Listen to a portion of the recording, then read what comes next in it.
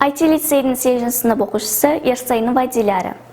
Ақштап Бақтыгереева сіңіліге сыр. Осалда болма, ойыңнан оңай адасқан. Өжетте болма, орынсыз сөзге таласқан. Алдымен қызға керегі пәктік, адалдық. Одан сон жаным, жаз мінез керек жарасқан. Айтарым тағы берік бол сертке бір сөйле. Сабырлы таудың мінезі керек күлсең де. Қыз мінез деген сұлулық сыры өмірдің. Жұмбақтай қиын жатқандай болсын бір сенде. Десек те біздер жастықтың сырын азықтық. Өмірдің жолы болмайды тегіс жазықтық. Ісіңнен кейін есіңе сақта жарқыным. Жеңілмес мықты қаруың сенің нәзіктік. Қайғының жүгі жаныштап сені жатса да, досыңды тағдыр талқысы сол деп тастама.